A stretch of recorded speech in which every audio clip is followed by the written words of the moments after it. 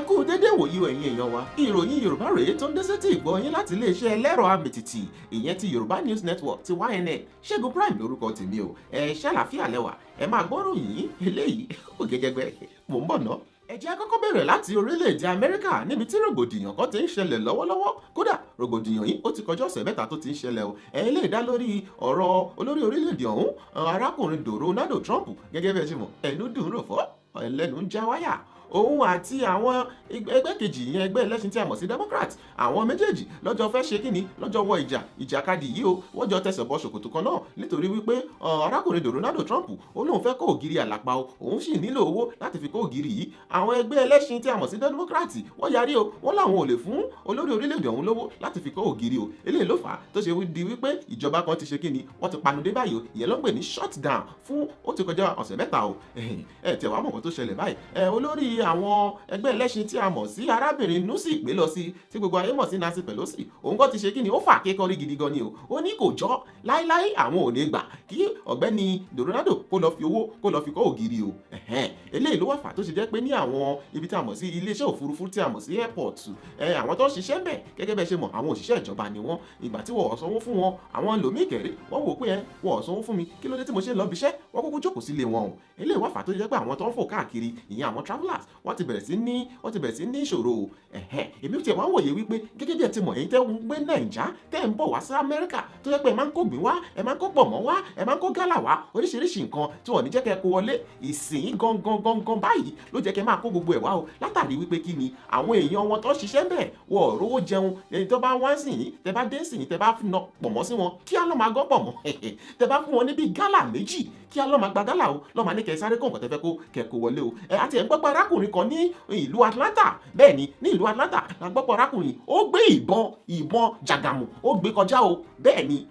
ṣe wá rí tí èèyàn bá lè gbé ìbọn kọjá kí ló dé tẹ́ ṣe rò pé à lè gbé pọ̀ mọ́ ìgbín irú nǹkan kan à lè gbé kọjá ẹ dákun ẹ torí Ọlọ́run ẹ̀yin tẹ́ bá wà Nàìjà tẹ́ bá ń bọ̀ ẹ bá mi kó rúbọ̀ ẹ bá mi gbé pọ̀ mọ́ dání àti ìgbín pàápàá jùlọ ìgbín ẹ bá mi kó gbìn àti gálà tẹ́ bá wá rí bíi fáyogò kékeré ẹ fi fáyogò náà ránṣẹ́ sí wa bẹ́ẹ̀ ni. Ní orílẹ̀-èdè Amẹ́ríkà yìí bákan náà la ti ń gbọ́ nípa ìṣẹ̀lẹ̀ tó ṣẹlẹ̀ sí ògbóǹtarìgì gbajúgbajà òṣèré ìyẹn akọrinta tí a mọ̀ sí Rotimi Kelani àwọn èèyàn ń pè ní R. Kelly àwọn kan tí a máa pè ní Papa tọ̀ síbẹ̀ bẹ́ẹ̀ ni wọ́n ní Papa fẹ́ràn láti máa tọ̀ síbẹ̀ pàápàá jùlọ fáwọn ọmọ kékeré bẹ́ẹ̀ ni nǹkan tó wá fi fa wàhálà gòbe tó wà gangan nìyẹn wọ́n ní láti bí ọdún gbọ̀ngbọ̀n sẹ́yìn ni ọ̀gbẹ́ni R. Kelly yìí ó fẹ́ràn láti máa mú àwọn ọmọ kéékèèké àwọn ọmọdébìnrin tí ò tí ì bàlágà á máa mú wọn láti bí ọmọ ọdún mẹ́ẹ̀ẹ́dógún yẹn 16 ó fẹ́ràn láti máa tọ́ wọn dàgbà ó ní kó máa pè ó ní bàbá ìyẹn ni call me daddy ìṣe ló mú àwọn ọmọ lọ́mọ ó mú wọn babẹ́ o ó sì ń ṣe kí ni ó ń tò síbẹ̀ fáwọn ọmọ yìí eléyìí ò bójúmu rárá o àwọn èèyàn dẹ̀ sì wá gbé wọ́n ti wá jáde báyìí láti wá sọ pé arákùnrin yìí èṣù pọ́ńbélé ni bẹ́ẹ̀ ni wọ́n ní kò dáa ó tiẹ̀ wà láwùjọ rárá eléyìí tó ń ṣẹlẹ̀ sí ọ̀gbẹ́ni Rotimi Kelani àmọ́ bóyá ó lè bọ́ ń bẹ́ o bí a ṣe ń wò báyìí àfàìmọ̀ kó má ṣe pé ó máa fi ẹ̀wọ̀n gbára gẹ́gẹ́ bí ẹ ṣe mọ̀ Yorùbá bọ̀ wọ́n ní ìdí ọdọ́ ni yàrá ọ̀bọ ẹ̀wọ̀n sì nílẹ̀ kéde rẹ̀ èmi ò mọ̀ nǹkan tó fẹ́ ṣẹlẹ̀ sí R. Kelly o a kò ní ká mú wá sétí ìgbọ̀nyín ni. Lákòótán ní orí ẹ̀rọ abala ojú ìwé tí a mọ̀ sí Facebook àti ẹ̀rọ kíákíá tí a mọ̀ sí Instagram àwọn èèyàn ti ń ṣe ìdíje àwòrán ọdún mẹ́wàá sẹ́yìn o tí a mọ̀ sí 10-year challenge bẹ́ẹ̀ ni àwọn èèyàn wọ́n lọ fi àwòrán ọdún mẹ́wàá wọn kó sórí ẹ̀rọ yìí o àwọn kan ṣe báwọn ṣe wà tẹ́lẹ̀ àti báwọn ṣe wà ń sìn oríṣiríṣi láti rí o àti rẹ́ni tó jẹ́ pé ó dúdú tẹ́lẹ̀ ó ti wá pupa ń sìn àti rẹ́ni tó jẹ́ pé ó ṣe kíni ó kúrú tẹ́lẹ̀ ó ti wá ga sínsìn ẹni tó jẹ́ pé ọ̀rọ̀bọ̀ ní tẹ́lẹ̀ ó ti wá dilẹ̀ pa oríṣiríṣi àti ẹ̀tí ráwọn tó jẹ́ pé ọkùnrin ni wọ́n tẹ́lẹ̀ wọ́n tún ti di nǹkan mi báyìí àwọn olùbẹ̀jẹ̀ ń gbá wà láwọ̀ o àti ẹ̀mí tó jẹ́ ìwò nínú wọn èmi náà ní pé kémi náà bá wọn ṣe ń bẹ̀ o ẹ wò mí bí mo ṣe rí bí ọdún mẹ́wàá sẹ́yìn dì sí ẹ ní pé mi ò yàtọ̀ púpọ̀ kí lẹ rí ẹ sọ pé kì í ṣe mi èmi náà ni rí pé kì í ṣe mi lọ́dún mẹ́wàá sẹ́yìn ṣẹ́yìn lẹ bí mi ni ṣé ọmọdún mi ni ṣé ẹ mọ̀ mí rí ni èmi bí mo ṣe rí lọ́dún mẹ́wàá nìyẹn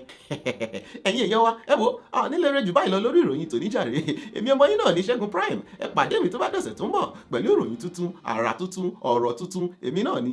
ó dàbọ̀. Thank you so much for watching the video. I really appreciate you. If you've enjoyed it, please subscribe to this channel because there's going to be a lot more videos coming out. Please subscribe, hit that subscribe button. It's going to be, down there, right there. Do it real quick and leave a comment as well. I want to read your comment. I love to see your comments. I love your comments. And if you like the shirt that I'm putting on, Raised by an African Parent, head on over to rbapcompany.com to get you one of these. RBAP Company, I'm going to put the link in the description below. Get you one of this for yourself and for a friend. Thank you so much. Until next time, it's your boy, Segun Prime. Oh, shit.